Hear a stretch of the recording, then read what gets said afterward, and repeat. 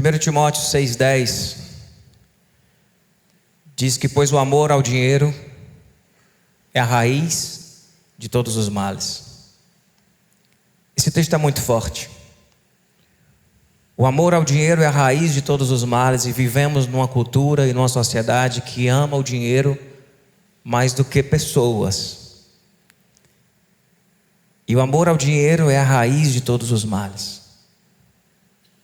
O nome da série é Liberdade Financeira. E aí vem uma pergunta: quem precisa de liberdade financeira? Quem é que precisa? Para quem é essa série? É para quem tem dinheiro ou é para quem não tem dinheiro? É para quem tem dinheiro e é para quem não tem dinheiro. Porque não é sobre ter dinheiro ou sobre não ter dinheiro, mas a maneira como nós nos relacionamos com esse dinheiro que nós temos ou com o dinheiro que nós também não temos. Porque você pode não ter dinheiro, mas se relacionar de uma forma muito errada com o dinheiro que você não tem. Para quem é essa série? É para quem gasta mais do que ganha? É para quem gasta mais do que o que ganha. É para quem não tem planejamento? Sim. É para quem não tem planejamento. É para quem tem dinheiro, mas não sabe repartir. Porque essa pessoa precisa de liberdade financeira. É para quem não tem dinheiro e por isso não reparte. Porque essa pessoa também precisa de liberdade financeira. É para quem usa o dinheiro como filtro relacional. É para quem usa o dinheiro como filtro. É para quem decide as coisas na vida a partir do dinheiro. E aí quem manda em quem? É para quem não está satisfeito com o que tem. Eu não estou satisfeito com o que tem. Essa série é para você que não está satisfeito com o que você tem. É para quem acha que ficará bem e que todos os seus problemas serão resolvidos se você ganhasse um pouquinho a mais. Quase todos nós aqui achamos que se ganhássemos 30% a mais do que nós ganhamos, nós não teríamos problemas. Isso é fake. É para quem tem medo excessivo de perder dinheiro. Essa série é para você. Essa série é para quem acha que dinheiro é só dinheiro.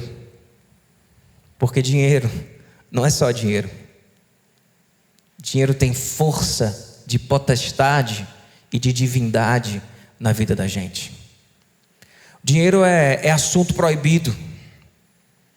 É assunto difícil da gente conversar. Você quer ver uma pessoa nervosa, sente, chama ela para tomar um café, olha para a cara dela e diga: você ganha quanto? É constrangedor. A sensação é de nudez. Diz: vem cá, você diz que você está apertado, mas tu está com quanto de dívida? É constrangedor, ninguém pergunta isso. Está fora da etiqueta perguntar isso. Porque conversar sobre essas coisas é entrar na intimidade da pessoa. Então veja como o dinheiro fala sobre algo de muita intimidade. É tão tabu tocar nesse assunto quanto tocar sobre o assunto de sexo e de outras coisas mais complicadas. E é interessante, meu povo, que Jesus, com toda seus atos proféticos de sua época, lá em Mateus 12:41, diz que Jesus sentou-se em frente do lugar onde eram colocadas as contribuições e observava a multidão colocando o dinheiro nas caixas de ofertas. Vocês já imaginaram essa cena? E o quão constrangedor foi isso? De Jesus sentado, né? E aí isso aqui não tem nada a ver com Jesus estar querendo aumentar a receita daquela organização religiosa. Não tem nada a ver com isso. E essa série não fala sobre isso, tá? Mas Jesus estava ali olhando. E o texto vocês conhecem, viu uma pessoa que chegou que tinha muito dinheiro e colocou muito dinheiro. Depois veio uma outra, que uma viúva que colocou tudo que ela tinha. A impressão que eu tenho é que Jesus naquele momento, ele tá olhando não para as quantias, porque isso para Deus é irrelevante. Ele está olhando para o coração daquelas pessoas, e que valor o dinheiro tinha para o coração daquelas pessoas. Era para isso que Jesus estava olhando. No caso foi de frente a um gasofilaço de oferta, mas poderia ter sido no meio da rua, quando um mendigo passa, poderia ser, sabe, numa conversa em casa com a esposa, com o esposo, com os filhos, conversando sobre algo. Imagine Jesus sentado do lado da sua planilha. Imagine Jesus sentado na mesa, quando você decide ou negocia como você vai viver a sua vida financeira. É constrangedor. É tipo, melhor dos mundos, você dá 10% e ele não ter que se meter nos 90%. Mas não é sobre isso. Porque todo o dinheiro que nós temos responsabilidade sobre ele. Da maneira como nós usamos, da maneira como nós administramos, da maneira como nós repartimos, da maneira como nós acumulamos, da maneira como nós fazemos reserva e que lugar essa reserva tem no coração da gente. Mas é difícil conversar sobre tudo isso. É difícil. Por que é difícil falar sobre o dinheiro? Por que é difícil falar sobre isso? E esse final de semana eu me quebrei todo, né? Porque na sexta-feira eu estava falando de sexo e hoje aqui eu estou falando de dinheiro. Isso é uma semana difícil, porque é tocar nos assuntos assim, difícil de tocar. E por que é difícil falar de dinheiro? E por que é difícil tocar nesse assunto na vida da gente? Por que é difícil para a gente lidar com isso? Porque o dinheiro, ele mexe com algo que tem a ver com o nosso instinto de sobrevivência, de preservação dos nossos, da vida, do meu futuro. Então traz uma ideia também de uma necessidade de segurança. Por isso que é difícil falar sobre isso, porque tem a ver com a nossa segurança. E está aí um dos problemas. O dinheiro na sociedade de hoje também ganhou o valor de identidade. Cara, quem você é, o seu lugar de identidade, ele está ligado a quanto dinheiro você tem. Vivemos numa sociedade que faz essa acepção e diferenciação de pessoas. E nós nos tornamos escravos desses conceitos. E como é difícil para a gente conversar sobre isso, porque a gente está preservando nossa identidade, nosso lugar conquistado. A gente não quer que ninguém mexa nisso. A gente está falando sobre a nossa segurança.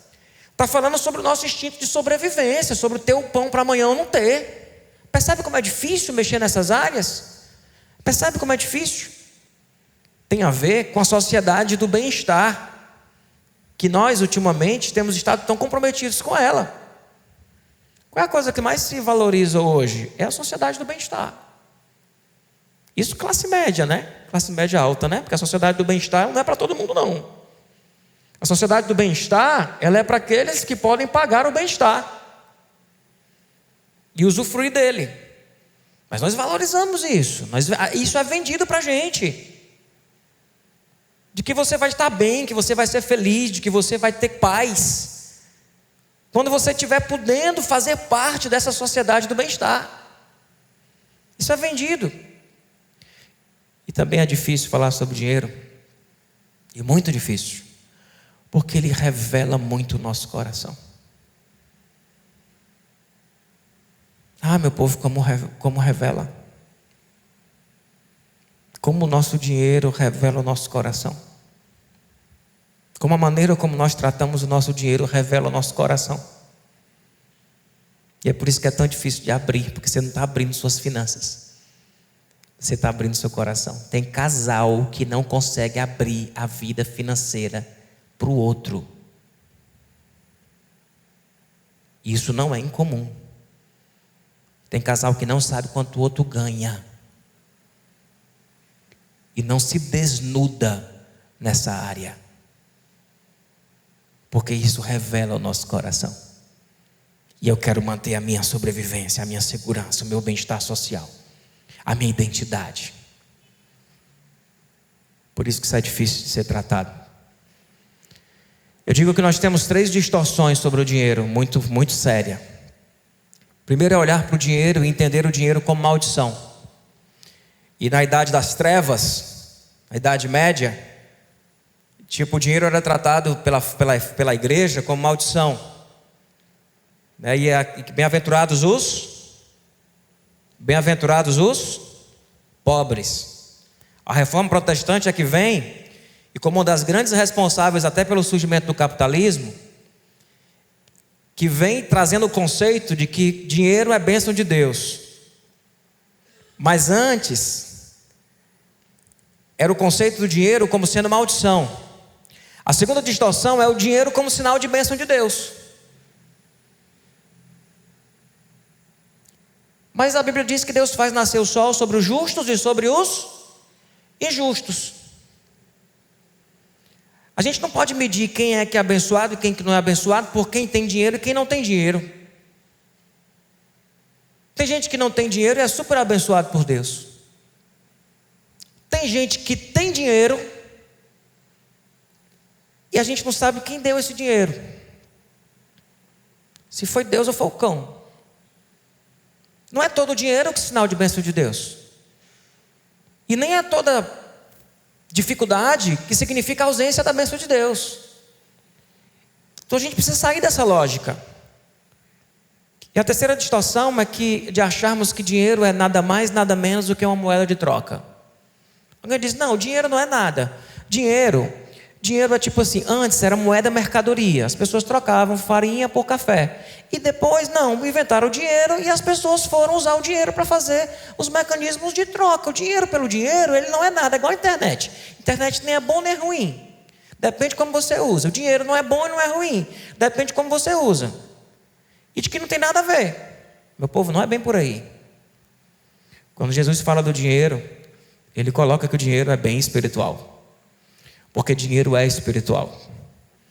Aquilo que nós atribuímos ao dinheiro, seja ele uma moeda, seja ele um Bitcoin, seja ele, sabe, uma moeda mercadoria, seja ele uma permuta, seja ele o que for, ele tem poder de potestade na vida da gente, ele tem poder para assumir lugar de trono em nossos corações, e nós não podemos negligenciar isso. E andar como se dinheiro fosse qualquer coisa é andar distraído, é se agarrar com o inimigo e achar que está tudo bem. E aquilo pode, e via de regra, vai tentar adoecer o seu coração e a sua espiritualidade. Eu não falo o dinheiro em si que você tem, porque lembra que eu falei do dinheiro que você também não tem, pode ser um problema? Porque tem gente que é liso, e é escravo do dinheiro. É escravo do dinheiro. Não tem liberdade financeira. Às vezes a gente acha que se a pessoa conquistou uma boa renda de aposentadoria e a pessoa ela ganhou liberdade financeira, não. Liberdade financeira não é autonomia financeira. Liberdade financeira é ter o coração livre do dinheiro como mamão na vida da gente. É ter o coração livre desse recurso que eu tenho ou não tenho, que pode dirigir a minha vida. Jesus falou muito sobre o dinheiro, meu povo. Cláudio estava pregando de manhã, ele trouxe a informação que a Bíblia fala 500 vezes sobre temas como fé, como oração, e fala 2.000 e poucas vezes sobre dinheiro. Jesus falou, é o segundo tema mais abordado por Jesus, é dinheiro. Ele só perde para o tema reino de Deus. Mas depois do reino de Deus, é dinheiro que Jesus está falando. Por quê? Porque quando ele está falando do dinheiro, ele está falando do reino. Porque de acordo com Jesus, essas duas coisas podem brigar muito. E são antagônicas.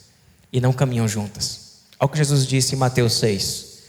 Pois onde estiver o teu tesouro, aí estará o teu coração. Ninguém pode servir a 2 senhores, pois odiará a um e amará o outro, ou se dedicará a um e desprezará o outro. Vocês não podem servir a Deus e ao dinheiro. Esse texto não está dizendo que você não pode ser seguidor de Jesus e ter dinheiro. O que ele está dizendo é que você não pode servir a essas duas coisas. É incompatível. Você pode ser um cristão, um discípulo de Jesus e ter dinheiro, mas não há como você ser um cristão, um discípulo de Jesus e amar o dinheiro, porque um é contrário ao outro. O amor ao dinheiro é, como diz o texto de 1 Timóteo 6,10, agora eu quero ler ele todo. O amor ao dinheiro é a raiz de todos os males. Algumas pessoas, por cobiçarem dinheiro, desviaram-se da fé e se atormentaram com muitos sofrimentos. Então é muito sério isso que a gente vai conversar esse mês todo. É muito sério que a gente vai conversar sobre como que a gente lida, como que está o nosso coração com o dinheiro. O amor ao dinheiro é a raiz de todos os males. Algumas pessoas, por cobiçarem o dinheiro, desviaram-se da fé e atormentaram com muitos sofrimentos. E olha que Paulo não conhecia Shopee, Paulo não conhecia Amazon, ele não conhecia a sociedade do consumo. Paulo não conhecia a sociedade do consumo. E talvez quando ele está falando sobre isso, ele está falando especificamente da aristocracia, está falando especificamente daqueles que de fato são os ricos. Mas hoje está adoecido com dinheiro, numa mentalidade de consumo e de um sonho de bem-estar social, quem tem dinheiro e quem não tem dinheiro. Naquela época talvez não, mas hoje no mundo do shopping center, no mundo do iPhone 20, no mundo, sabe, da roupa de marca, no mundo da identidade colada com o que eu tenho, com o que eu uso, no mundo onde cola, sabe, onde colam essas coisas, onde eu preciso, sabe, me manter nesse lugar para sobreviver. Como é que a gente vai se aposentar? Como é que a gente vai viver no nosso futuro? Não tem nada de errado pensar nisso tudo. A gente vai falar sobre isso mais para frente. Mas nós não podemos adoecer nisso. Nós não podemos deixar esse dinheiro virar o nosso Deus. Tem duas coisas que eu destaco, que o dinheiro como força de um sistema cultural caído. Nós vivemos em um mundo caído, meu povo. O mundo jaz do maligno.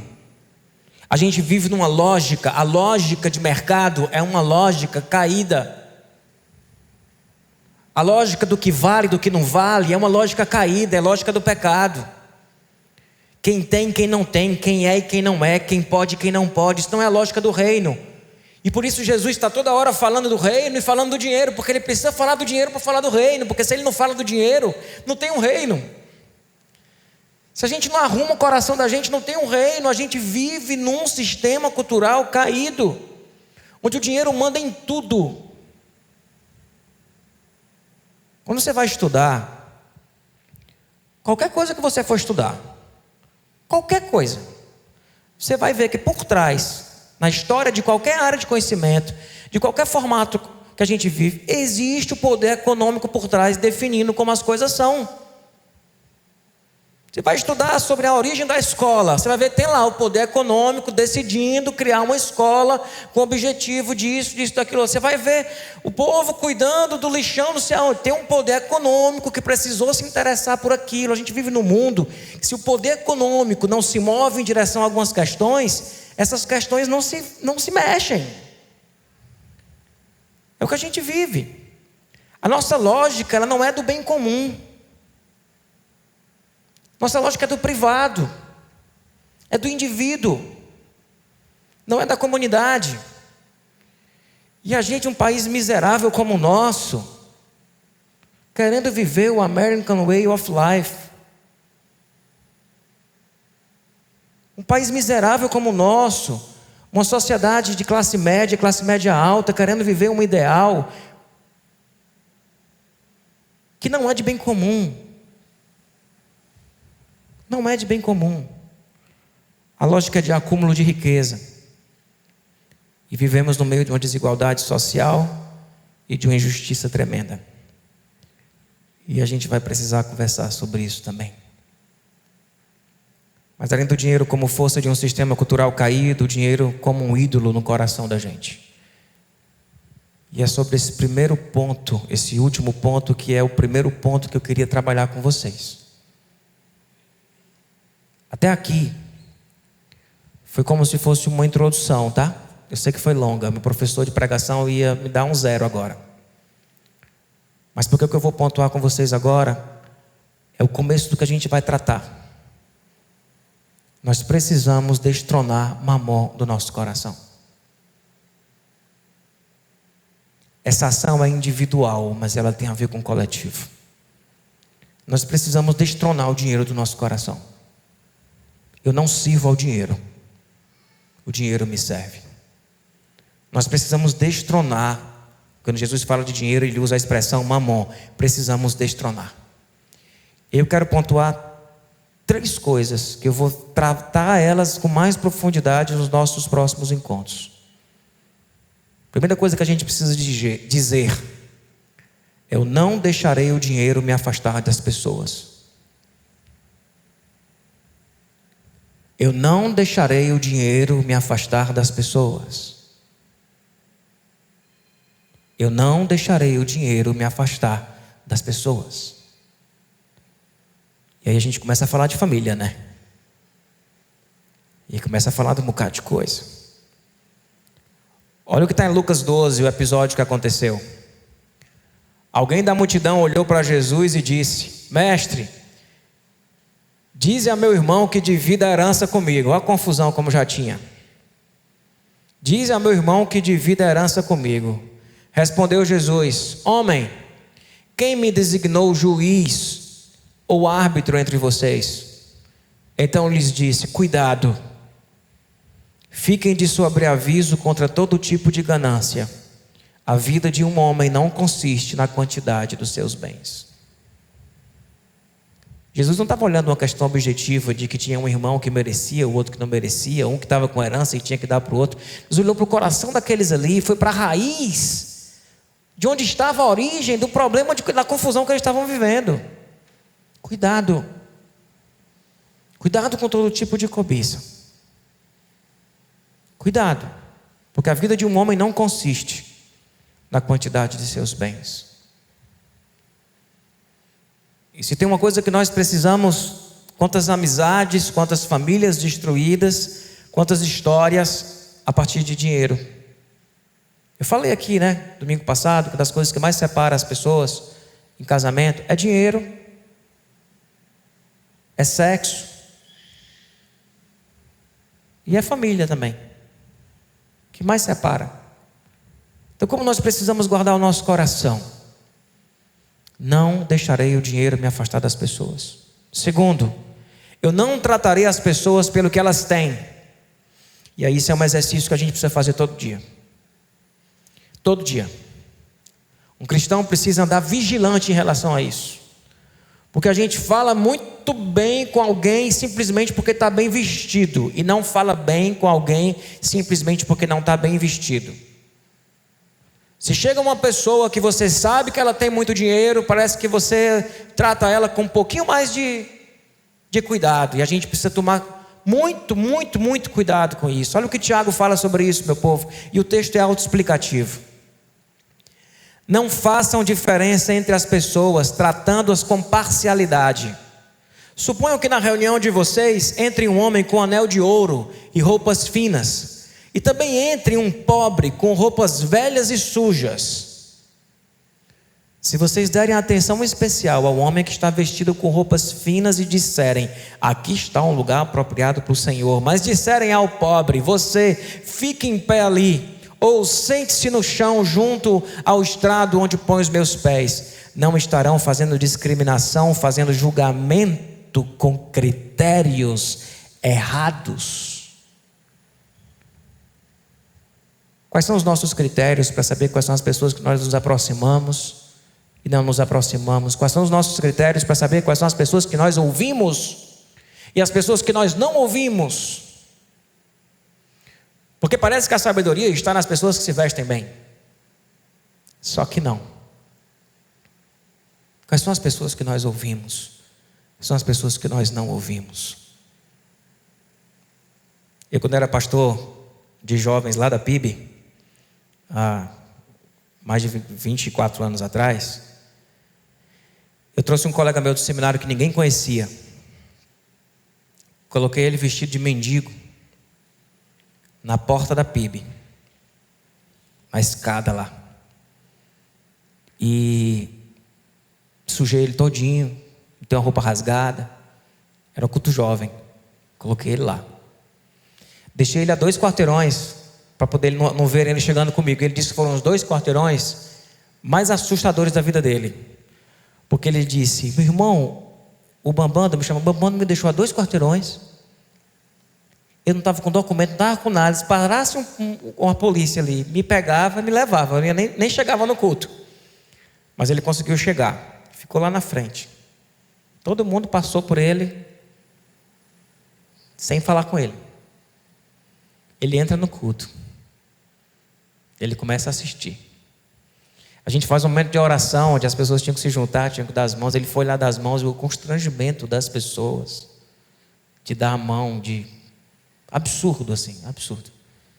E tem uma hora que ele pede a palavra. Foi combinado essa parte, né? Ele pediu a palavra. Eu disse: você quer falar? Ele disse: pois fala. Não quero falar daí, eu quero falar do microfone. Ele veio, pegou o microfone e começou. Eu entrei aqui, vocês não falaram comigo, vocês dizem que vocês... Aí começou a pregar, né? Porque ele era um pregador, né? Ele começou a pregar, depois deram um acorde lá, ele cantou Onde está a justiça do nosso país. E teve uma irmã que terminou o culto, ela não tinha sacado ainda que era uma... E na hora que ele foi querer pegar, não, fala esse microfone. Ele: não, me deu o microfone. Levantou 2 assim, ó. 2 cão de guarda assim, se levantou, veio para frente. Eu sei que isso também é uma postura natural, às vezes, de a gente tomar cuidado com algumas coisas. Mas o nosso olhar está muito poluído. Chegou o irmão, encostou em mim, no meu ouvido assim, disse: pastor, se quiser a gente leva ele lá para trás, a gente dá um jeito nele. Quase que eu digo: leva, né? Meu colega nunca mais falava comigo. Ele pregou em Amós e foi maravilhoso. A gente precisa vigiar o nosso olhar, meu povo. Nosso olhar é preconceituoso, nosso olhar é cheio de mácula, nosso olhar está sujo. Nosso olhar está sujo. Por último, algo que a gente precisa dizer: o dinheiro não será mais minha segurança. Ei, meu povo, eu me arrepio todinho quando eu leio isso aqui. Que aqui começa a mexer com muita coisa na vida da gente. Os 2 primeiros tópicos são mais leves. É a gente dizendo assim: eu não vou me afastar de pessoas por causa do dinheiro. Eu vou seguir Provérbios, que traz um bocado de orientação de sabedoria de como lidar com isso, que manda não emprestar dinheiro. Provérbios que manda, você quiser ajudar alguém, dê, não empreste, porque isso dá problema. Seja generoso, em vez de você virar agiota de alguém, é melhor você ser generoso. Olha, o outro princípio foi de olhar e não ter preconceito, não usar o dinheiro para definir quem é e quem não é. Mas esse último é muito mais pesado e exige de nós um mergulho interno muito mais profundo, que é eu dizer para mim mesmo: o dinheiro não será mais minha segurança. Eu não vou colocar minha segurança no dinheiro. Não é o dinheiro que me traz garantia, não é o que eu tenho, não é o que eu guardei, não será minha segurança. E aí eu vou ler Hebreus 13, 5 e 6. Conservem-se livres do amor ao dinheiro e contentem-se com o que vocês têm. E a gente vai ter um domingo só sobre contentamento, porque Deus mesmo disse: nunca o deixarei, nunca o abandonarei. Podemos, pois, dizer com confiança: o Senhor é o meu ajudador, não temerei o que me pode fazer os homens. Meus irmãos, que texto bíblico é esse? Conservem-se livres do amor ao dinheiro e contentem-se com o que vocês têm, porque Deus mesmo disse: eu nunca te deixarei e nunca te abandonarei. Isso não quer dizer que Deus está assinando que vai patrocinar todos os nossos luxos, mas Ele não nos abandonará, Ele não nos deixará. E quando nós pegamos o dinheiro e transformamos ele na nossa segurança, isso é um exercício e um discernimento profundo de quem você é e de como você olha para você mesmo e para o que você tem. Nós transformamos esse dinheiro em mamon. A palavra mamon vem do aramaico, que significa uma expressão, não é qualquer dinheiro, é o dinheiro que eu confio. Mamon é o dinheiro que eu estou colocando como minha segurança. E aí eu me lembro do maná. Eu me lembro da história do maná, porque Deus leva o povo para o deserto, o povo estava passando fome, e diz: não se preocupe, todo dia vai ter de manhã o maná, carboidrato, e à noite a codornazinha, o passarinho, proteína. Olha a nutrição de Deus. Carboidrato para aguentar o dia, proteína à noite para repor o que perdeu, para no outro dia ter músculo e conseguir seguir. De manhã carboidrato, à noite proteína. Não vai faltar, eu vou cuidar de vocês. Agora tem uma regra: vocês vão colher só para o dia, não pode colher para amanhã. Quem colher para amanhã vai apodrecer dentro da tenda. Eu não estou dizendo com isso que nós não devemos fazer provisionamentos, que nós não devemos preocupar com o nosso futuro. Eu tenho previdência privada, eu tenho previdência, eu cuido do meu futuro, que eu já vi muito pastor chegando lá no final e passando muita dificuldade. Então a gente tem que cuidar desse futuro da gente, não está errado não. Jesus também disse que quando você for construir uma torre, você deve saber se você vai conseguir concluir aquilo ali. A gente vai falar sobre planejamento. Mas o ponto aqui é em quem está a minha confiança. Em que eu estou firmando os meus pés? Em que eu estou firmando meus pés? É uma postura de coração. E o maná, que era colhido num dia e guardado para o outro, e teve gente que guardou. O que é o cara que guardou? É o que estava no coração dele? Ele disse: vai que Deus não dá amanhã, eu vou garantir para amanhã. Mas Deus tinha dito para colher só para o dia. E quando chegou na sexta-feira, Ele disse: no último dia você vai colher para o outro dia também, porque no outro dia você não vai trabalhar. Olha Deus preocupado com a provisão.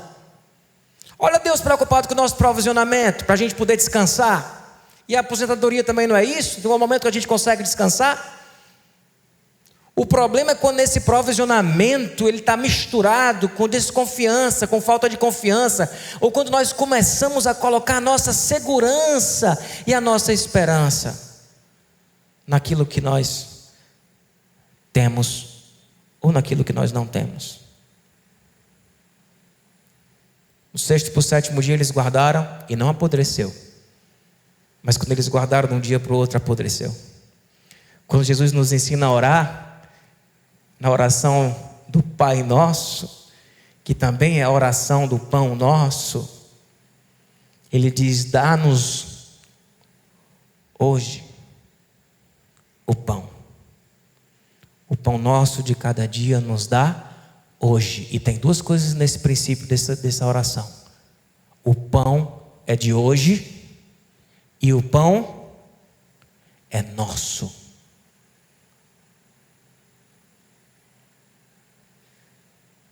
Porque não somos indivíduos isolados. O pão é de hoje, ele é nosso. O pão nosso de cada dia nos dá hoje. Jesus vai dizer: não acumulem tesouros no céu, onde nem a traça e a ferrugem e os ladrões, não acumulem na terra, mas no céu, onde nem a traça, nem a ferrugem, nem os ladrões podem roubar. Eu não sei como você vai discernir, olhando para o seu coração, olhando para algo que você tem acumulado, ou para algo que você tem a expectativa de acumular, de que forma você está querendo acumular isso, qual é o sentimento que está no coração. É planejamento, é algo que você tem feito em comunhão com Deus, ou é angústia, é medo, é ansiedade? Coloca a tua esperança em Deus.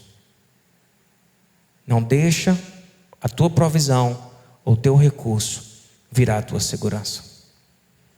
Que a tua segurança seja sempre Deus. Eu já compartilhei com vocês, quando o Tiago nasceu, eu olhei para ele e o que eu sentia por ele era muito forte. E eu disse: eu estou pecando. Porque visivelmente Deus não era mais o primeiro lugar na minha vida. Meu primeiro lugar na vida, naquele momento ali, tinha virado meu filho. E eu precisei sacrificar o meu Isaac. Eu precisei dizer, eu preciso tirar o Tiago do lugar de Deus na minha vida. Isso quer dizer que eu parei de amar meu filho? De cuidar dele? Não, eu só não coloquei mais ele no lugar de Deus. Isso não quer dizer que você não vai ter dinheiro, que você não vai se preocupar com as coisas, uma preocupação normal, de planejamento, de cuidado, de zelo. Mas você não pode deixar com que o dinheiro se transforme na tua segurança. Porque aí você está perdido. Porque não tem como servir a Deus e a Mamon. Não tem. Você vai odiar um e amar o outro, ou você vai cuidar de um e abandonar o outro. Não tem como. E Mamon não é qualquer dinheiro, é o dinheiro da segurança. Não tem como servir a Deus e a Mamon. Por isso que a gente tem a coragem de, num ato sincero de comunhão com Deus, colocar o nosso coração em cima da mesa, numa conversa com o Pai, e dizer: Pai, fala-me sobre o meu coração. Em que eu tenho colocado a minha segurança? Eu tenho olhado para as pessoas a partir do dinheiro.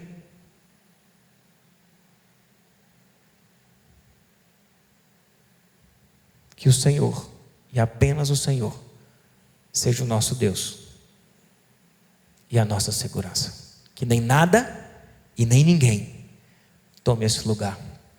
Dá a César o que é de César e a Deus o que é de Deus. E o que é de Deus é lugar de honra e de primazia e de divindade na vida da gente. O dinheiro não pode assumir lugar de divindade na vida da gente. Abaixa tua cabeça. Conversa um pouco agora.